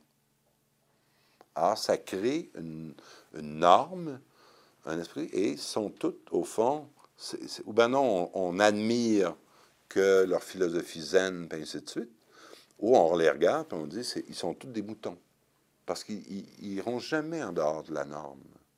Puis même, ils considèrent que nous, on est des barbares par rapport à eux. Mais oubliez pas qu'eux autres, ils ont vécu entassés les uns sur les autres, parce qu'il n'y a pas grand place au Japon à cause des volcans pour vivre. Donc, il fallait se respecter. Et à ce moment-là, on a pris des codes. Donc, vous voyez, la persona, il y a des codes de politesse puis des codes de vie qui sont extrêmement rigides, mais qui permettent de vivre ensemble. D'un autre côté, ce que ça fait, c'est ça tue l'individu. Et ce que Jung nous dit, c'est que, à quelque part, on vit dans un monde de milliards de personnes. On vit dans un milliard, donc, qui cherchent des conventions comme ça, pour la psyché collective, qui cherchent donc à normaliser, à savoir que les individus doivent être nommés, vous savez, des passeports, et ainsi de suite. Le terroriste, hein, qui va porter un faux masque, qui va porter une persona. Moi, j'ai une belle-sœur qui vit, non, une nièce, c'est-à-dire qui vivait à Anjou, là, ville d'Anjou. Ben, 3 maisons à côté. C'est un des gars qui était là. Il y avait des Arabes. C'est un des gars qui était dans un des avions. Ils ont appris ça après. Mais elle dit, c'était des gens très gentils. Ils venaient, elle dit, il y avait des réunions, même de quartier à un moment donné. Puis elle dit, ils étaient là. Elle dit, il y a 5 personnes dans un quartier, habituellement, qui vont dans ces maudites réunions-là pour savoir je ne sais pas quoi. Là, puis elle s'occupe d'urbanisme un peu, puis elle dit, il était là. Puis là, tu apprends que le gars, c'était hétéroïde. Donc, il y avait une très bonne personne. Vous voyez, il a appris les codes, tu apprends les codes, puis là, tu peux t'intégrer très facilement. Alors, j'en arrive à ça, que quand on s'identifie à la personne, donc on est cependant en arrière, ben c'est ça. À quelque part, l'inconscient va devenir de plus en plus fort parce qu'il revendique sa place, puis il revendique que l'individu devienne lui-même. Donc, ça va être soit le breakdown, soit la dépression. Parfois, on le voit ici dans nos sociétés, c'est les accidents et les maladies qui nous renvoie à nous-mêmes, qui brise la persona, et là, on est obligé de s'interroger sur soi. Jusqu'où on est obligé d'attendre ce destin-là, d'être cassé par la vie, pour devenir vraiment, de dire, c'est quoi mes vraies valeurs? À quoi je crois? Qu'est-ce que ça veut dire écouter mes rêves? Qu'est-ce que ça veut dire être moi-même? Est-ce qu'on doit attendre la catastrophe? Et pourtant, dans notre société, on semble nous dire, c'est ça, il faut que tu attendes la catastrophe. C'est quand même étonnant. On sait qu'on ne peut pas mettre de l'énergie, par exemple, durant des années à 12 heures par jour d'énergie, alors que la plupart des grosses institutions font travailler leur monde 12, 14 heures par jour. Et là, au bout de 2 ans, breakdown, dépression, ça s'en va chez les petits, ça leur coûte, je ne sais pas, un bras. Puis on leur dit, pourquoi vous ne les faites pas moins travailler, vous n'auriez pas ça? Non, parce que la persona idéale, elle travaille tout le temps. Puis idéalement, ce serait un robot qui ne pourrait pas dormir puis qui pourrait fournir 24 heures de travail. C'est l'employé idéal, hein, la machine. Pour ça que je parlais, quand on s'identifie à la persona, dans cette société dans laquelle on vit, parce qu'il y a tellement de machines et de technologies, un jour, on est en train de croire que être humain, c'est être faible, parce qu'on n'est pas comme une machine qui peut fonctionner 24 heures par jour. On a nos faiblesses, on a nos peurs, on a nos arrêts, on devrait prendre... Donc, on est dans une société qui dit « Devenez un automate, puis vous allez être correct. » Alors, c'est ça qu'il s'agit de briser. C'est à ça que visent toutes les conférences que je fais. Ça fait des années que j'essaie de parler de ça. Et comme j'ai dit, merci de m'écouter, même si je ne passe pas à la télévision. La semaine prochaine, ça va être Merlin. Si vous voulez, durant à peu près 3/4 d'heure, je vais vous raconter un conte, comme les vieux Québécois, je l'ai appris comme ça. C'est un conte à propos de Merlin, ça s'appelle Merlin, la bête à 7 têtes.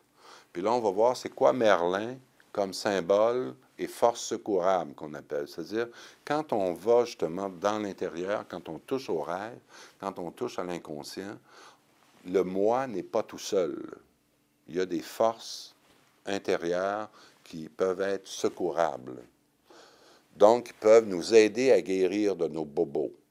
Comme je dis souvent, quand vous êtes malade, ce n'est pas le médecin qui vous guérit, c'est votre capacité de guérison. Bien, on a des capacités de guérison psychologiques aussi, psychiques, mais il faut les honorer, il faut leur parler.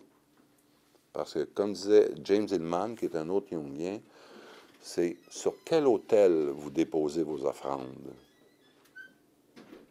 Si c'est sur l'autel extérieur, ça va être l'argent, la renommée que vous allez chercher. Si c'est sur l'autel intérieur, il y a des présences qui peuvent apparaître, des forces secourables.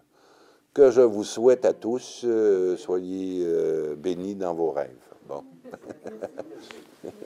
Oui? Bon. Est-ce qu'il y a des questions, des remarques? Non? Ah, c'est ça. Faites des beaux rêves. Bon.